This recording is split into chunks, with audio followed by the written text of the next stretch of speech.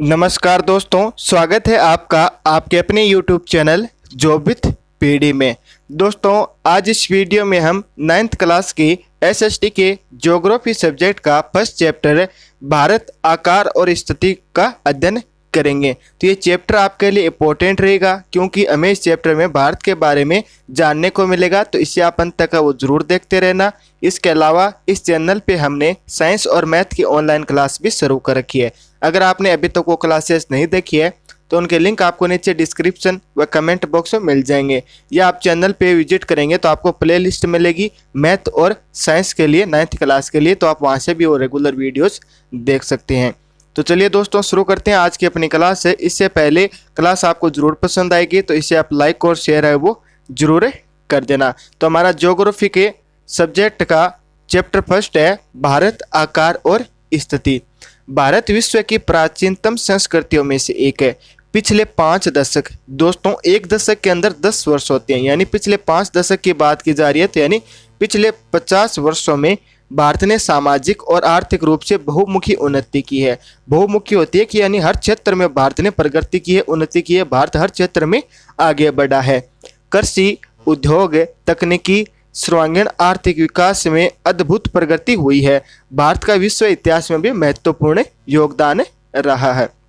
ये दोस्तों बेसिक बात होगी अपने भारत के कल्चर को लेकर कि भारत ने पिछले सालों में क्या क्या किया। तो भारत ने पिछले सालों में बहुत ज़्यादा विकास है वो किया है और भारत का विश्व इतिहास में भी महत्वपूर्ण योगदान रहा है। अब दोस्तों हम अपने टॉपिक पे आते हैं। सबसे पहले हम बात करते हैं भारत की स्थिति को लेकर, यानी अगर आपको वर्ल्ड का मानचित्र दे दिया जाए और पूछा जाए कि भारत कहाँ पे स्थित है, तो आपको कैसे पता लगेगा कि ये अपना भारत देश है, ये कहाँ पे स्थित है वर्ल्ड मैप के अनुसार। ठीक है, तो दोस्तों हम भारत की स्थिति की बात कर रहे हैं कि भारत एक विशाल देश है, इसमें कोई भी संदेह नहीं है। भारत एक काफी बड़ा देश है, यह उत्तरी गोलार्ध के अंदर स्थित है। अब दोस्तों इसका मीन्स क्या है कि भारत उत्तरी गोलार्ध में स्थित है। दोस्तों ये नीचे आपको वर्ल्ड मैप दिख रहा होगा, ये पूरे विश्व का मैप है। ठीक है, तो यहाँ पे दोस्तों ये देश है अपना भारत देश है। अब वर्ल्ड मैप के अकॉर्डिंग अपना भारत देश कहाँ पे स्थित है, तो इसके लिए हम कैसे जानेंगे कि जो आपको ये इस प्रकार की जो नीचे ये रेखा दे रखी है जो कि पश्चिम से पूर्व की तरफ जा रही है, ये रेखाएं आपको दिखाई दे रही होगी, ऊपर भी है नीचे भी है। ये रेखा है पश्चिम से पूर्व की तरफ जा रही है, तो इन रेखाओं को हम क्या बोलते हैं, अक्षांश रेखाएं बोलते हैं। ठीक है, जो ये रेखाएं हैं जो पश्चिम से पूर्व की तरफ जा रही है, इन रेखाओं को अक्षांश रेखाएं बोल रही हैं। ठीक है, जो ये आपको डैश डैश वाले जो बीच की जो रेखा दिखाई दे रही है, 0 0 डैश डैश दिखाई दे रही है, ये दोस्तों 0 डिग्री अक्षांश है। 0 डिग्री अक्षांश को भूमध्य रेखा भी बोलते हैं। ठीक है, ये पृथ्वी को है 2 बराबर भागों में बांटती है, तो इसलिए ऐसे भूमध्य रेखा भी बोलते हैं किसको, 0 डिग्री अक्षांश को। अब मैं ये बात आपको क्यों बता रहा हूँ, ये हमारे टॉपिक पे हम अभी आते हैं कि जो इसके नीचे स्थित होता है ना, ये भूमध्य रेखा के नीचे कोई भी देश स्थित होता है तो वो दक्षिणी गोलार्ध में होता है। ठीक है, इसके ऊपर कोई भी देश स्थित होता है तो उत्तरी गोलार्ध में होता है। तो आप देख के बताइए कि भारत आपको कहाँ स्थित दिख रहा है। भारत इस रेखा के ऊपर ही तो दिखाई दे रहा होगा आपको। दोस्तों ये रेखा है 0 डिग्री अक्षांश रेखा है, जिसे भूमध्य रेखा बोलते हैं। अगर इसके ऊपर कोई देश स्थित होता है तो उसे उत्तरी गोलार्ध में स्थित बोलते हैं, और नीचे कोई देश स्थित होता है तो उसे दक्षिणी गोलार्ध में बोलते हैं। ठीक है, तो भारत इसके ऊपर है, तो भारत कहाँ पे आ गया, आपका उत्तरी गोलार्ध में आ गया होगा। तो ये लाइन आपको क्लियर होगी कि भारत उत्तरी गोलार्ध में स्थित है। कैसे स्थित है मैंने आपको बता दिया। नेक्स्ट बात करते हैं। ठीक है, अब दोस्तों जो हम बात करने वाले हैं मोस्ट इंपॉर्टेंट है। ठीक है, इस चैप्टर का सबसे मोस्ट इंपॉर्टेंट बिंदु यही है कि इसका मुख्य भाग है ना, वो 8 डिग्री 4 मिनट उत्तर से 37 डिग्री 6 मिनट उत्तर अक्षांश से तथा 67 डिग्री 68 डिग्री 7 मिनट पूर्व से 97 डिग्री 25 मिनट पूर्व देशांतर तक है। अब दोस्तों ये आपको वापस समझना है जो मैंने आपको बताया। ये भारत के विस्तार की हम बात कर रहे हैं कि भारत का जो मुख्य भाग का विस्तार है वो 8 डिग्री 4 मिनट से उत्तर से लेकर 37 डिग्री 8 मिनट उत्तरी अक्षांश, ठीक है, तथा 68 डिग्री 7 मिनट पूर्व से लेकर 97 डिग्री 25 मिनट पूर्व तक भारत का जो देशांतरीय विस्तार है। तो इसका मीन्स क्या है दोस्तों, ये अपना भारत देश है। ये आपको दिखाई दे रहा होगा, ये अपना भारत देश है। ये जो नीचे वाली ये रेखा है डैश डैश डैश करते जा रही है, तो ये कितने 0 डिग्री अक्षांश है। इसके हम ऊपर की तरफ बढ़ते हैं तो 1 2 3 4 5 6 7 इस प्रकार ये अक्षांश है वो चलते रहते हैं। ठीक है, ये अक्षांश कहाँ तक होते हैं, ये अक्षांश आपके 90 तक होती है। ठीक है, तो ये अक्षांश है वो 90 तक होती है, डैश डैश डैश करते हुए चल रही है। तो दोस्तों जो भारत है वो भारत कहाँ से स्टार्ट होता है? अगर हम 0 डिग्री अक्षांश से ऊपर की तरफ बढ़े, इस 0 डिग्री अक्षांश से ऊपर की तरफ बढ़े तो भारत कहाँ से शुरू होगा? तो भारत दोस्तों यहाँ से शुरू हो रहा है, यहाँ से शुरू हो रहा है। तो ये कितने नंबर का अक्षांश है दोस्तों? ये आपका 8 डिग्री, ठीक है, ये 8 डिग्री 4 मिनट का अक्षांश है, ठीक है। ये आपको बात समझ में आ गई होगी कि भारत का जो मुख्य भाग है वो कहाँ से स्टार्ट होता है। तो दोस्तों ये आपका 8 डिग्री 4 मिनट से स्टार्ट होता है, ठीक है। ये उत्तर की तरफ है, ऊपर है, तो यानी गोलार्ध में, किस में? उत्तर गोलार्ध में है, तो यानी ये उत्तर की तरफ हो गया, ठीक है। आगे बढ़ते हैं तो भारत का कहाँ तक है? जो आपका जम्मू कश्मीर है ना, वहां तक इसका लास्ट विस्तार कितना हो जाएगा? ये हो जाएगा 37 डिग्री 6 मिनट। यहाँ तक दोस्तों आपको समझ में आ गया होगा कि भारत है वो 8 डिग्री 4 मिनट से शुरू होकर 37 डिग्री 6 मिनट तक भारत का इस तरफ विस्तार हो गया, ठीक है। ये कहाँ से हो गया? दक्षिण से लेकर उत्तर का विस्तार हो गया भारत का। नेक्स्ट हम बात कर लेते हैं देशांतरी विस्तार कितना है दोस्तों। मैंने आपको अभी बताया कि जो ये रेखाएं है ना, जो इस प्रकार की जो रेखाएं, लेटी हुई रेखाएं, इन्हें हम क्या बोलते हैं? अक्षांश रेखाएं बोलते हैं। इसी प्रकार आपको ये खड़ी हुई रेखाएं भी दिखाई दे रही होगी, जो आपकी खड़ी हुई रेखाएं दिखाई दे रही है, इनको दोस्तों हम देशांतर बोलते हैं, ठीक है। यहाँ पे ये दोस्तों ये बीच वाली है ना, ये क्या है? 0 डिग्री देशांतर है। जिस प्रकार यहाँ पे ये 0 डिग्री अक्षांश था, उसी प्रकार इसमें भी बीच में क्या है? आपका 0 डिग्री देशांतर है। ये दोस्तों ऊपर नीचे 90 की तरफ चल रही थी, ठीक है। ये इस तरफ भी 80 होती है, 180 होती है, इस तरफ भी क्या होती है? आपकी 180 होती है। तो ये आपको दोस्तों याद रखना है, ठीक है। ये देशांतर है वो खड़ी रेखाएं हैं, यानी जो उत्तर से दक्षिण की तरफ चलती है वो आपकी देशांतर रेखाएं हो जाएगी। तो भारत का हमने जो अक्षांश का विस्तार है वो तो हमने देख लिया, कितना है? 8 डिग्री 4 मिनट उत्तर से लेकर 37 डिग्री 6 मिनट उत्तर अक्षांश तक हो गया भारत का विस्तार है। अब भारत इस प्रकार भी फैला हुआ है इधर, यानी गुजरात से लेकर अरुणाचल प्रदेश तक, यहाँ पे भी तो दोस्तों भारत का विस्तार है। तो वो कितने डिग्री से होकर कितने डिग्री के मध्य है, ठीक है। तो दोस्तों वो कितना है? आपका 68 डिग्री 7 मिनट से लेकर, यानी ये रेखा 0 है। इससे हम इस तरफ बढ़ेंगे 1 2 3 4 5 6 7 8 करते हुए जब हम 68 डिग्री 7 मिनट तक दोस्तों यहाँ पे पहुंच जाएंगे ना, तब हमारा भारत यहाँ से शुरू हो जाएगा, ठीक है। कहाँ तक चलेगा अपना भारत? जैसे यहाँ से हम चलते रहेंगे, कहाँ तक चलेगा अपना भारत का जो लास्ट कॉर्नर है अरुणाचल प्रदेश में स्थित है, तो वहां पर दोस्तों कितना डिग्री हो जाएगा? ये आपका 97 डिग्री 25 मिनट हो जाएगा। इसका मीन्स यही है कि जो भारत का विस्तार है वो देशांतरीय विस्तार कितना हो जाएगा? 68 डिग्री 7 मिनट पूर्व से लेकर 97 डिग्री 25 मिनट पूरा हो जाएगा। अब दोस्तों हम पूर्व क्यों बोल रहे हैं इसको? ये आपकी देशांतर रेखा है ना, जो इस तरफ होते हैं वो तो दोस्तों पश्चिम स्थित होती है, ठीक है। इस तरफ तो ये पश्चिम हो गया देशांतर रेखा का, इस तरफ ये क्या हो जाएगा? पूर्व हो जाएगा। ये आपको यहाँ तक समझ में आ गया होगा, ठीक है। जिस प्रकार इसके जो नीचे भूमध्य रेखा के नीचे होता है वो तो क्या कौन सा होता है? दक्षिणी गोलार्ध में होता है, ठीक है। ऊपर होता है वो उत्तरी गोलार्ध में होता है। उसी प्रकार ये आपकी 0 डिग्री देशांतर रेखा है, इसके इस तरफ तो आपका क्या हो जाएगा? पश्चिम हो जाएगा, इस तरफ क्या हो जाएगा? पूर्व हो जाएगा, ठीक है। तो अपना भारत है वो उत्तरी गोलार्ध के अंदर पूर्व की तरफ स्थित देश है। यहाँ तक दोस्तों आपको क्लियर हो गया होगा। ये दोस्तों भारत का विस्तार था, ये आपको याद रखना है, कंटस्ट अभी इसको याद कर लीजिए। कमेंट में आप इसका रिप्लाई करके बताइए आपको याद हुआ या नहीं हुआ है। आपको रटना नहीं है, मैंने आपको समझा दिया किस प्रकार 8 डिग्री 4 मिनट है, 37 डिग्री 6 मिनट है, ठीक है। दोस्तों मेरा टारगेट ये रहता है कि मैं आपको ज़्यादा से ज़्यादा सिखा पाऊँ, न कि ज़्यादा से ज़्यादा मैं आपको करवाऊँ। मैं पूरा चैप्टर जल्दी जल्दी करवा दूँ, उसका कोई भी मीन्स नहीं रहेगा। जितना भी करवाऊँ आपको समझ में आना चाहिए, ठीक है। कोई भी बात आपको रटनी नहीं पड़े। एक बार दोस्तों आप रट लेते हो फिर जल्दी भूल जाते हो, उसका फिर कोई हमें लाभ नहीं होता है। तो हमें समझना चाहिए, हम कम ही समझे, ठीक है। नेक्स्ट दोस्तों बात की जा रही है कि जो कर्क रेखा है, कर्क रेखा दोस्तों कितनी है? 23.5 डिग्री उत्तर में भारत को 2 बराबर भागों में बांटती है। ये दोस्तों अपना भारत है जो कि 8 डिग्री 4 मिनट से शुरू होता है, 37 डिग्री 6 मिनट तक है, ठीक है। इसका जो विस्तार है, अक्षांशीय विस्तार है, वो 8 डिग्री 4 मिनट से शुरू होकर 37 डिग्री 6 मिनट है, इसका अक्षांशीय विस्तार है। तो इसके बीच में एक रेखा है दोस्तों, 23 तो इन दोनों के बीच में आएगा, 8 और 37 के बीच में क्या आता है? 23 आता है। तो 23 डिग्री 30 मिनट है ना, वो भारत को 2 बराबर भागों में बांटती है। यही कहा गया है दोस्तों, जो 23 डिग्री 30 मिनट है ना, उससे हम क्या बोलते हैं? कर्क रेखा बोलते हैं। जो उत्तरी गोलार्ध में 23 डिग्री 30 मिनट है, उसे हम क्या बोलते हैं? कर्क रेखा बोलते हैं। इसी प्रकार अगर हम दक्षिण गोलार्ध में बात करें तो दक्षिण गोलार्ध में जो आपकी 23.5 डिग्री की जो रेखा होती है उसे हम मकर रेखा बोला जाता है। और भारत में से दोस्तों ये कर्क रेखा आपकी गुजरती है, और भी काफी सारे देशों में से गुजरती है कर्क रेखा। हम फिलहाल भारत की बात करें तो भारत में से ये 23.5 डिग्री की कर्क रेखा जो गुजरती है वो भारत को 2 बराबर भागों में क्या करती है? डिवाइड करती है, ठीक है। आगे दोस्तों बात की जा रही है कि मुख्य भूभाग के दक्षिणी पूर्व में अंडमान निकोबार द्वीप समूह है, और जो कि कहाँ पे बंगाल के खाड़ी में स्थित है। फिर दक्षिण पश्चिम में लक्षद्वीप समूह है, वो अरब सागर में स्थित है। ठीक है, अपने एटलस की सहायता से इन द्वीपों का विस्तार समूह है आपको ज्ञात करके बताना है।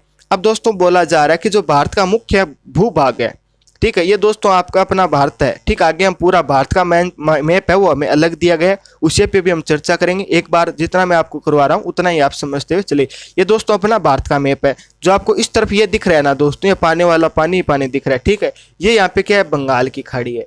ये यहाँ पे क्या है, ठीक है, यहाँ पे हिंद महासागर है। ठीक है, यहाँ पे क्या आपका अरब सागर हो जाएगा। तो हमें क्या बोला जा रहा है कि जो अंडमान निकोबार द्वीप समूह है वो बंगाल की खाड़ी में स्थित है। तो मैंने आपको बता दिया कि ये बंगाल की खाड़ी में स्थित है, तो यानी इस तरफ स्थित हो जाएगा।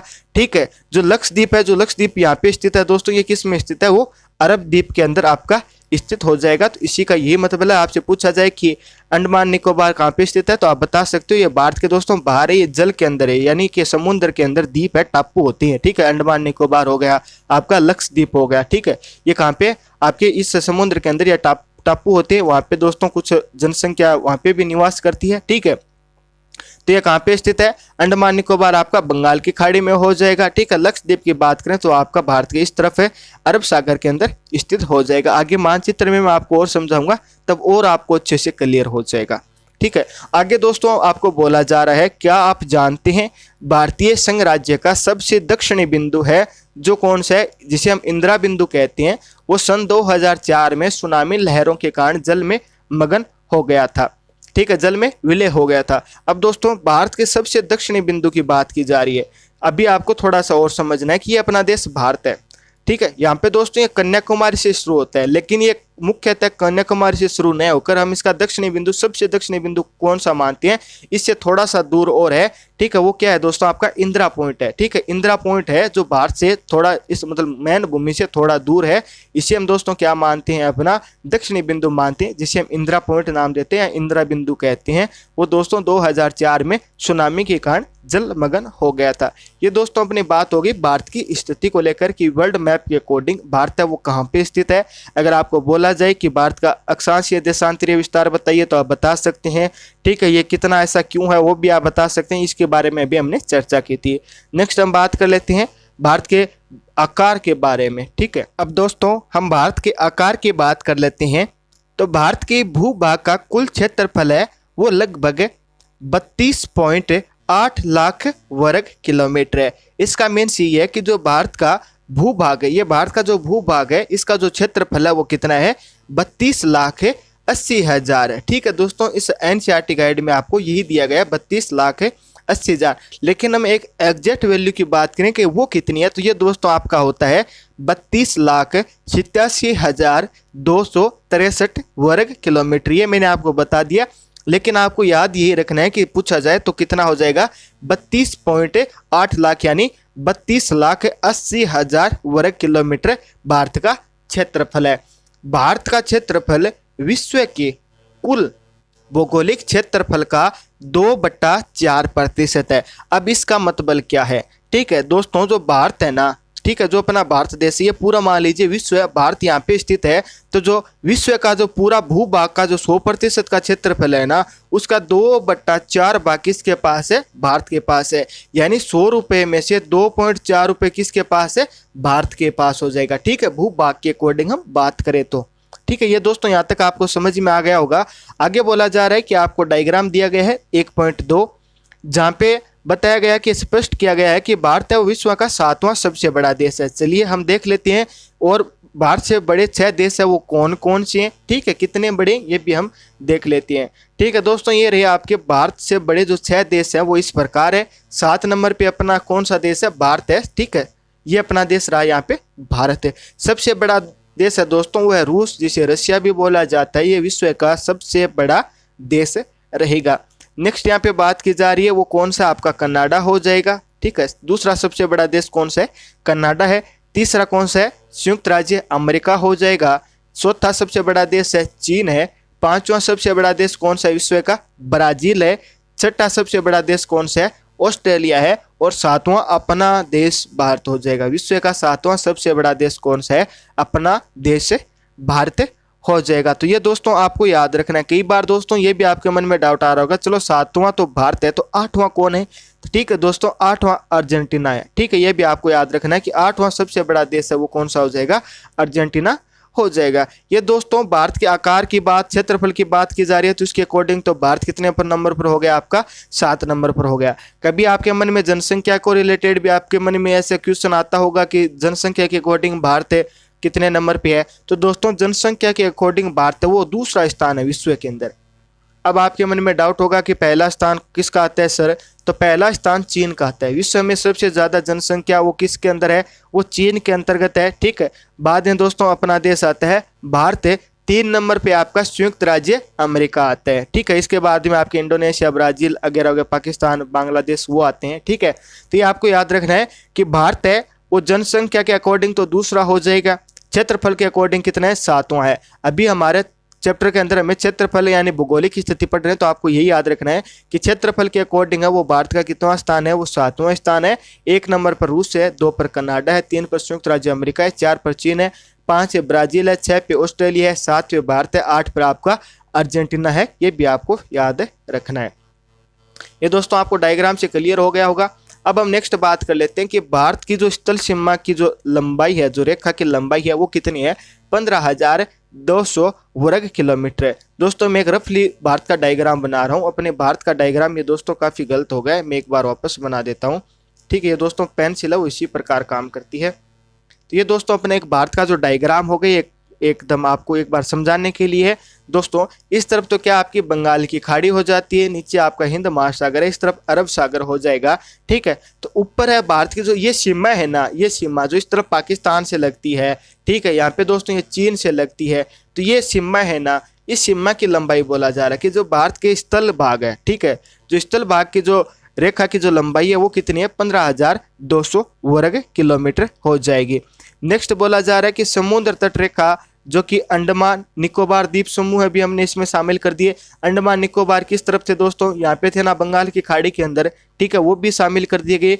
लक्षद्वीप समूह को भी शामिल कर दें, यानी यहाँ पे ये लक्षद्वीप समूह है इसको भी शामिल कर दें, तब जो भारत की ये समुद्री तट की जो रेखा की लंबाई है ना भारत की, ये कितनी हो जाएगी? 7,516 किलोमीटर। ये आपको याद रखना है। आपसे पूछा जाए कि भारत के स्थल सीमा की लंबाई कितनी है, तब आपका आंसर होगा 15,200 किलोमीटर। इसी प्रकार अगर आपको पूछा जाए कि समुद्र तट की लंबाई कितनी है, तब ये हो जाएगा 7516.6 किलोमीटर, यानी 7,516.6 किलोमीटर इसका आंसर रहेगा। नेक्स्ट हम बात कर लेते हैं कि भारत के उत्तर पश्चिम, ठीक है, भारत के उत्तर पश्चिम, ठीक है, उत्तर और उत्तर पूर्वी सीमा पर नवीनतम वलित पर्वत है। दोस्तों आपने हिमालय का नाम सुना होगा, ठीक है, तो हिमालय क्या है? एक नवीन पर्वत है जिसका निर्माण है वो अभी भी चल रहा है। ठीक है, तो ये हिमालय वो क्या है? नवीनतम वलित पर्वत है। ये भारत के किस तरफ स्थित है? तो चलिए मैं डायग्राम से आपको थोड़ा सा समझाने की कोशिश करता हूँ। ये दोस्तों अपने भारत का मानचित्र है, आप भली भांति से चिर परिचित है। ठीक है, तो ये अपना भारत का मानचित्र है। इसमें बोला जा रहा है कि जो नवीनतम वलित जो पर्वत है वो भारत के उत्तर यानी इस तरफ हो जाएगा। ठीक है, उत्तर पश्चिमी की तरफ भी है, उत्तर में भी है, उत्तर पश्चिमी भी तरफ भी है और उत्तर पूर्व की तरफ भी है। ठीक है, तो ये दोस्तों यहाँ पे क्या है? यहाँ पे हिमालय पर्वत है। भारत के किस तरफ है? भारत के उत्तर पश्चिमी, उत्तर, ठीक है, और उत्तर पूर्व की तरफ ये स्थित है। तो ठीक है दोस्तों, ये आपको याद रखना है। ये भारत का एक बार डायग्राम है, एक बार आप थोड़ा सा और देख लीजिए। आगे दोस्तों मैं ये भी आपको कंप्लीट बताऊंगा, जो कुछ भी मैंने पढ़ा है मैं आपको इस के अकॉर्डिंग भी एक बार आपको बताऊंगा, ताकि आपको एक बार अच्छे से रिवाइज हो जाएगा, सब कुछ आपको अच्छे से समझ में आ जाएगा। नेक्स्ट बात करते हैं, जो इसका दक्षिणी का भूभाग है वो उत्तर में चौड़ा है। अब दक्षिण का भूभाग उत्तर में चौड़ा है, इसका मीन्स क्या है? इसका मीन्स दोस्तों यही है कि अपने भारत का डायग्राम है, आप नीचे की तरफ देखेंगे तो दोस्तों एकदम ये संकीर्ण होता हुआ चला जा रहा है। ठीक है, ये अपना दक्षिण का भाग हो गया। ठीक है, भारत का जो दक्षिणी भाग है, ये दक्षिणी भाग हो गया भारत का। ये नीचे की तरफ क्या एकदम संकीर्ण होता हुआ चल रहा है, यानी एकदम पतला होता हुआ चल रहा है। तो ये बोला जा रहा है कि जो दक्षिण का भाग है ना, ये उत्तर की तरफ क्या है? चौड़ा है, यानी इस तरफ ये क्या हो जाएगा? ये चौड़ा है, और नीचे की तरफ एकदम क्या होता है? ये संकीर्ण होता हुआ चला जाता है। तो यही यहाँ पे बोला जा रहा है, ये आपको समझ में आ गया होगा। नेक्स्ट बोला जा रहा है कि 22 डिग्री उत्तरी अक्षांश से हिंद महासागर की ओर संकरा होता हुआ गया है। 22 डिग्री दोस्तों, अभी मैंने आपको बताया था कि जो 23.5 डिग्री है, ठीक है, वो भारत को 2 बराबर भागों में बांटती है। तो यानी इसके नीचे होगी, इसके नीचे कौन सी है, 22 डिग्री है। तो 22 डिग्री उत्तरी अक्षांश से जो हिंद महासागर की ओर जो भारत है वो एकदम संकरा यानी पतरा होता हुआ चला जाता है। इसके बाद में बात करते हैं कि इसके पश्चिम में अरब सागर है, पूर्व में बंगाल की खाड़ी है। मैंने आपको अभी बताया था, ठीक है, कि ये दोस्तों आप देख सकते हैं यहाँ पे इसमें बंगाल की खाड़ी यहाँ पे आपको दिख रही होगी। ये दोस्तों ये बंगाल की खाड़ी है। ये भारत के किस तरफ है, ये पूर्व की तरफ होगी, ठीक है। ये भारत के पूर्व की तरफ है, जिस तरफ से सूर्य उदय होता है, ठीक है। यहाँ पे दोस्तों सबसे पहले अरुणाचल प्रदेश में सूर्य उदय होता है, इसके बारे में भी अभी हम आगे बात करेंगे। तो भारत के जो बंगाल की खाड़ी है वो किस तरफ है, पूर्व की तरफ है। तो ये आपसे पूछा जाए तो आपको याद रहेगा ना कि बंगाल की खाड़ी भारत में पूर्व की तरफ हो जाएगी, ठीक है। इसी बंगाल की खाड़ी में अंडमान निकोबार द्वीप समूह स्थित है। ये दोस्तों आपका अंडमान निकोबार द्वीप समूह है। ये दोस्तों आप देख लीजिए कि आपको डॉट डॉट से दिखाई दे रही है, यहाँ पे क्या टापू है, टापू है, ठीक है ना दोस्तों। टापू क्या होता है, ये पूरा पानी पानी है, इसके ऊपर से क्या होता है, मतलब कोई भूभाग है वो ऊपर निकल जाता है, जहाँ पे आप आसानी से रह सकते हैं, ठीक है, अपने मकान बना सकते हैं और बना सकते हैं, जिसे हम क्या कहते हैं, टापू बोलते हैं। तो ये यहाँ पे बहुत सारे टापू है जो कि मिलके क्या बनाते हैं, अंडमान निकोबार द्वीप समूह बनाते हैं, इसीलिए इसे हम क्या बोलते हैं, समूह बोलते हैं, ठीक है।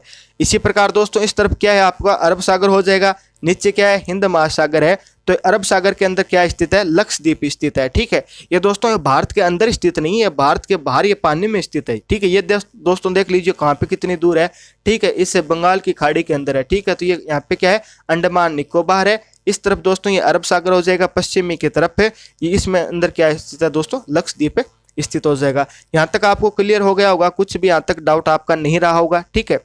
नेक्स्ट हम बात कर लेते हैं कि डायग्राम 1.3 में देखिए, जो अभी हम भारत का मैप देख रहे थे वो अपना डायग्राम 1.3 है।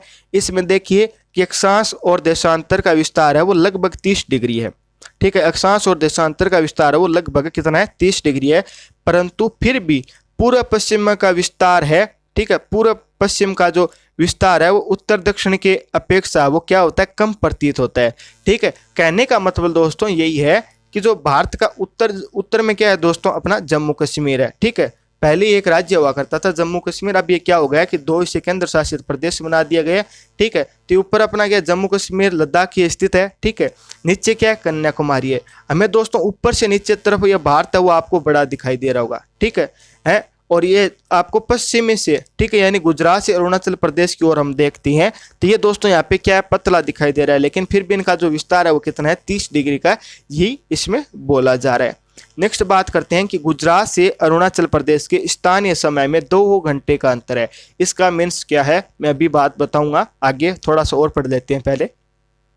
इसके अंदर 2 घंटे का अंतर है, अतः 82 डिग्री 30 मिनट पूर्वी देशांतर रेखा को भारत की मानक यामोत्तर माना गया है, जो कि उत्तर प्रदेश के मिर्जापुर से गुजरती है। अक्षांश का प्रभाव दक्षिण से उत्तर की ओर है और दिन रात की अवधि है उस पे पड़ता है। अब दोस्तों इसी पे हम चर्चा कर लेते हैं कि गुजरात से अरुणाचल प्रदेश के स्थानीय मान में 2 घंटे का अंतर है। इसका मीन्स क्या है, ये दोस्तों एक तरफ तो क्या है, अपना गुजरात स्थित है, ठीक है। ये रहा दोस्तों यहाँ पे क्या है, अपना गुजरात स्थित है। इसका दोस्तों कहाँ से होता है, ये गुजरात स्टार्ट 68 डिग्री 7 मिनट से होता है। दूसरी तरफ यहाँ पे अपना अरुणाचल प्रदेश स्थित है, ठीक है। ये कहाँ तक है दोस्तों, लास्ट नखा कितना इसका, 97 डिग्री 25 मिनट। अब बोला जा रहा है कि अरुणाचल प्रदेश और गुजरात के समय में क्या है, 2 घंटे का अंतर है। यहाँ पे दोस्तों 2 घंटे पहले सूर्य उदय होता है। मान लीजिए कि यहाँ पे अगर 5 बजे सूर्य उदय हो गया, ठीक है, तो यहाँ पे कितना होता है, 7 बजे होता है, ठीक है। दोस्तों ये धीरे धीरे डिफरेंस किस में आता है, सूर्य उदय के कारण ये इतनी दूर सूर्य की जो किरणें पहुंचती है ना दोस्तों, ये कितना टाइम ले लेती है, 2 घंटे का टाइम ले लेती है, ठीक है। इसी प्रकार दोस्तों यहाँ पे क्या होता है, 2 घंटे पहले सूर्य अस्त हो जाता है, लेकिन यहाँ पे क्या होता है, इसके 2 घंटे बाद में सूर्य अस्त होता है। तो ये डिफरेंस कितना था, 2 घंटे का था। यानी ये जरूरी नहीं है कि इन्हीं के मध्य 2 घंटे का था, यानी इस तरफ से इस तरफ बढ़ रहे थे ना, ये टाइम का गैप है वो धीरे धीरे बढ़ रहा था।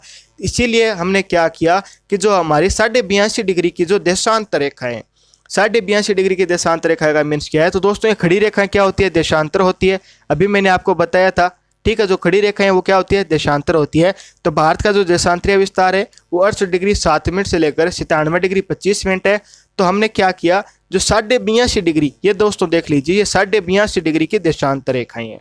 ये कहाँ से गुजरती है, ये गुजरात, ये आपके यूपी के, ठीक है, इलाहाबाद के निकट मिर्जापुर से गुजरती है, ठीक है। 82.5 डिग्री पूर्वी देशांतर को हमने क्या मान लिया कि अपने मानक या मोतर मान लिया, कि यानी कि ये इसके अकॉर्डिंग हमने अपना टाइम सेट कर लिया। जो अपना टाइम है वो भारत के अंदर एक ही रहता है। वो हमने कहाँ से शुरू किया है, ये दोस्तों हमने इलाहाबाद के निकट मिर्जापुर से ये दोस्तों 82.5 डिग्री की यामोत्तर रेखा निकलती है। इससे हमने क्या कर लिया, अपना मानक समय है वो सेट कर लिया, ताकि ये जो 2 घंटे का अंतर है वो हमें देखने को ना मिले। अब दोस्तों आपके मन में डाउट आ रहा होगा कि 82.5 डिग्री आपने क्यों ली, कोई और क्यों नहीं ले ली, ठीक है। आप 90 ले लेते, 80 ले लेते, 85 ले लेते, 82.5 का क्या मीन्स है दोस्तों। 82.5 का हमने इसलिए ली कि जो अपना 68 डिग्री 7 मिनट है और 97 डिग्री 25 मिनट, इन दोनों का जो बीच का पॉइंट है ना वो कितना है, 82.5 डिग्री है, ठीक है। इन दोनों का जो बीच का पॉइंट है वो है 82.5 डिग्री। इसीलिए जो 82.5 डिग्री की जो रेखा है इसको क्या लिया गया है, मानक यामोत्तर रेखा लिया गया है, यानी इसी के अकॉर्डिंग भारत का टाइम है वो लिया गया है, ठीक है। ये दोस्तों आपको समझ में आ गया होगा। और आपको इतना भी, ये थोड़ा सा एक्स्ट्रा मैं आपको साथ में बताते हुए चल रहा हूँ कि जो भारत का जो टाइम है ना, जो ग्रीनविच यानी जो विश्व के टाइम है, इससे 5.5 घंटा के है आगे हो जाएगा। ये भी आपको याद रखना है। अब दोस्तों बोला जा रहा है कि अक्षांश का प्रभाव है वो दक्षिण से उत्तर की ओर पड़ता है, जिससे दिन और रात की अवधि में भी फर्क पड़ता है। यानी जिस तरह जैसे हम उत्तर की तरफ बढ़ते जाते हैं, यानी कन्याकुमारी यानी नीचे से हम शुरू करते हैं, उत्तर की तरफ जम्मू कश्मीर की तरफ हम ऐसे चलते जाते हैं, तो यहाँ पे दिन रात की अवधि में भी फर्क है वो पड़ता है। किसके कारण पड़ता है, ये अक्षांश के कारण पड़ता है। आगे दोस्तों बोला जा रहा है कि 82.5 डिग्री पूर्व देशांतर को भारत की यामोत्तर क्यों माना गया, क्योंकि दोस्तों मैंने आपको भी बताया था कि जो 82.5 डिग्री की जो रेखा है वो दोनों की क्या है, एकदम बीच में से है, ठीक है। भारत की जो दोनों की 68 डिग्री, ठीक है, इस तरफ तो दोस्तों कितना था, 68 डिग्री 7 मिनट था, दूसरी तरफ पूर्व में कितना था, 97 डिग्री 25 मिनट था। तो इन दोनों के जो बीच का पॉइंट था वो कितना था, 82.5 डिग्री था। इसलिए इसने हमने भारत का मानक यामोत्तर माना है।